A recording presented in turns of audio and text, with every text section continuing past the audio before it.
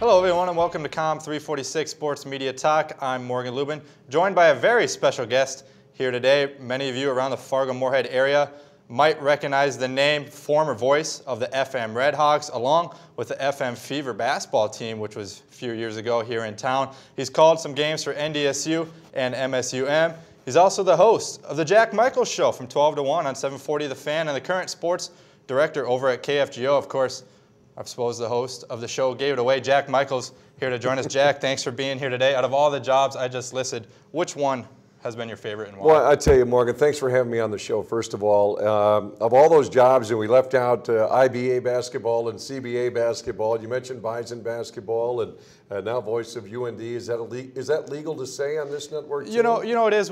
We chose to keep it out, because of NDSU. Yeah, right. We're going to start. Are the phone lines open yet on this one? Out of all those, I tell you, someone just asked me this the other day about what is your favorite to broadcast, and boy, Redhawks baseball was a real treat because baseball just runs through my veins. Love baseball, basketball. Doing a number of Bison basketball games now the last couple of years, and I used to do every game for the women's team.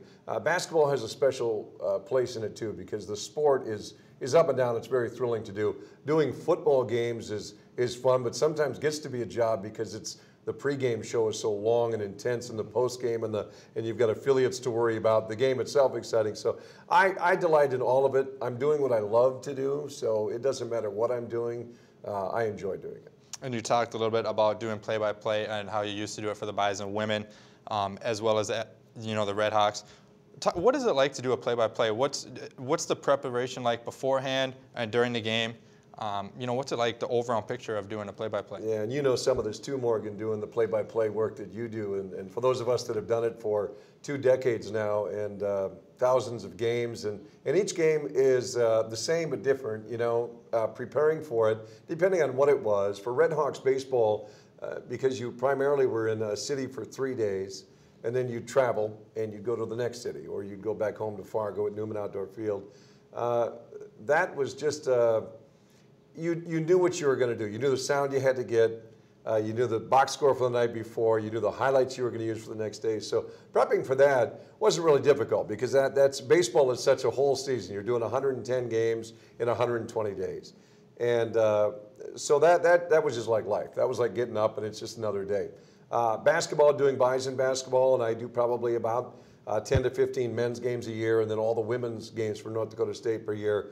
That's different because they chop the league up in the Summit League, usually on a Thursday, Saturday. It's a 2-day thing. Now they have a mirror schedule, so that means a plane ride on a Wednesday. Thursday, you're going to the venue. You're probably getting your sound right before the game a couple of hours, prepping your pregame show, making sure that is in. Then you either bus or fly to the next town, do it all over again, then fly back on a Sunday. It consumes a number of days. So that's about a 4-day stint for basketball. Football, same kind of thing. Board or charter, fly to a venue, get your pregame down. All of it takes work. All of it takes work. And that sounds like it's grueling, but the bottom line is it's play-by-play of something that you love to do. Right. So no matter how hard it is to lug up a case of equipment or to try to track down a player or a coach to get a pregame on tape, that part is very simple to do because the rewards are great doing the play-by-play. The game itself is where the juice flows. Right, and for people that love doing play-by-play, there's many things that come with it, like the travel. You said, what's your favorite and least favorite part of doing the play-by-play? Does the travel fit into there at all? Well, it does. It's a great question because traveling, you might think it's fun, and if you've never been on a plane, maybe you're like, well, that'd be cool to fly. But then you realize when you do it for a year, 2 years, 5 years, 10 years, the airports get long. The travel is fun because you can see different cities. And with North Dakota State, whether it be the basketball, and that's what I do primarily, along with obviously Scott Miller, the voice of the Bison, those cities are all neat. So one day you're in Fort Wayne, and that's a so-so city. Next day you might be in Rochester, Michigan, which is just a throwing stone from Detroit. So the traveling is okay. It gets to be tedious, though. We'd have 4 or 5 hour layovers at airports, and that's not a lot of fun.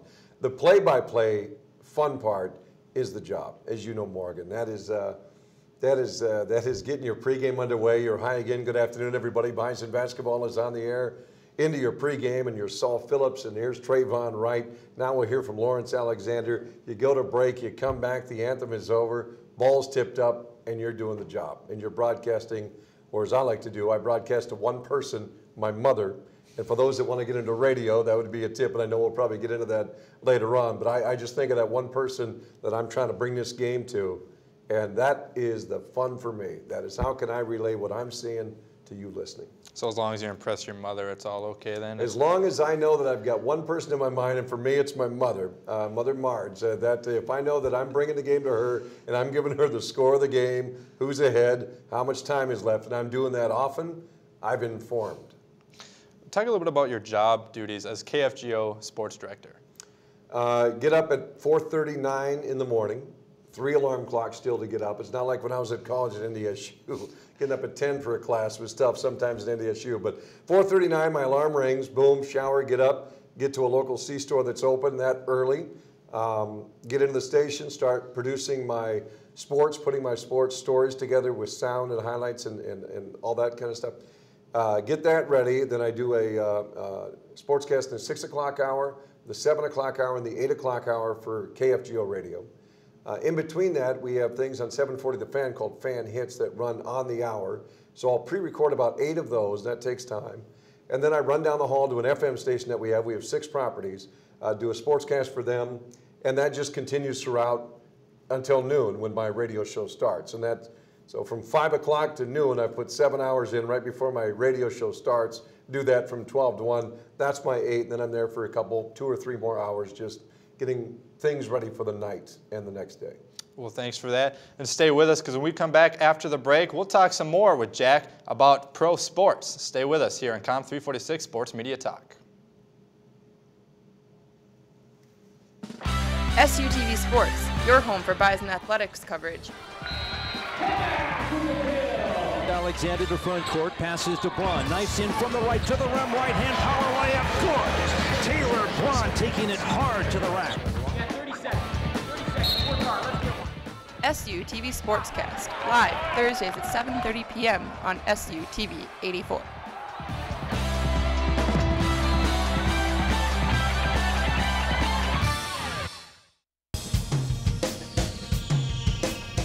Your campus, your channel, your sports department, right here on SUTV 84.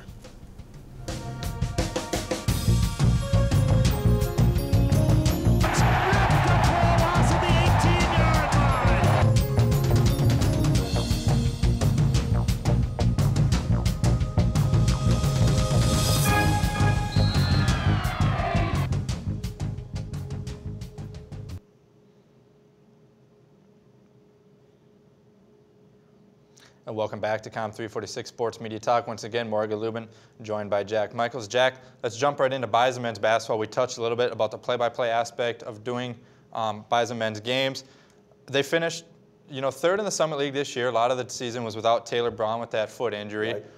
So that could have been skewed a little bit. They could have been in the running for first or second. They lost in the Summit League championship to South Dakota State with Taylor Braun. Where do you think they stand next year? Well, first of all, it's nice that Nate Walters is not going to be in the league next year, so let's start with that. But North Dakota State, traveling with these guys, now I was with them for a handful of games. Number one is the amount of talent that they have.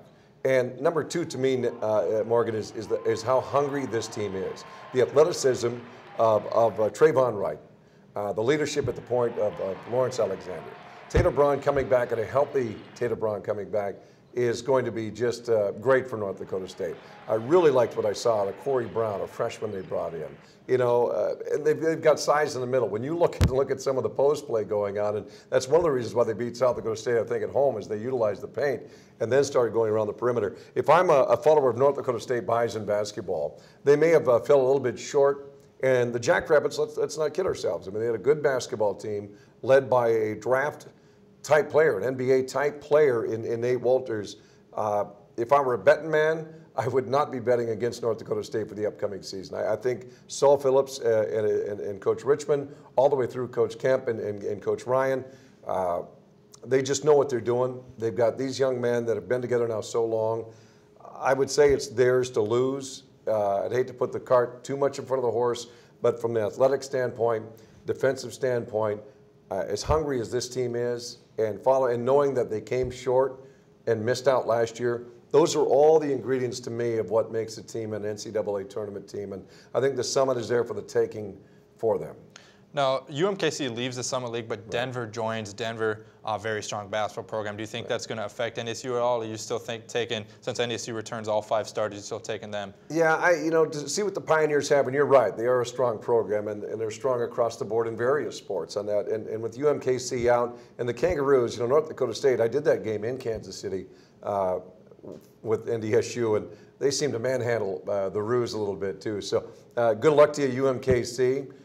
More power to you. Do what you think you got to do. Welcome in Denver. I don't think it's going to impact North Dakota State greatly. I think bring on the competition for NDSU. But you're right, Denver has a nice program. And you talked about LA a little bit and his point guard. What do you see him evolving? He's going to be a third-year point guard starter now for the Ben's basketball team. And do you see him turning into a little bit of a scorer? Because I mean, he has the ability to score. Or do you see him continuing that, the passing, the facilitating role to Taylor Braun and, Trayvon Wright? It's interesting, and almost what you're talking about too, Morgan, is what the Timberwolves have. Do you want a Ricky Rubio or do you want a J.J. Barea? You know what, Rubio can dish the ball. J.J. Barea is, there's no question about it, can score the ball. And I think for Saul Phillips, I think he wants Lawrence Alexander to just understand when he needs to score the ball and when he has to, kick the ball out for shots. And we saw that in a South Dakota State game at the Bison Sports Arena where Lawrence Alexander put this team on his back and scored down the stretch and really brought him over the hump. It was the defense of Corey Brown and really the scoring, because I think SDSU had backed off LA a little bit, and LA said, okay, if you're going to do that, I'm going to start splitting some down the middle. I saw LA take a game over too at IPFW.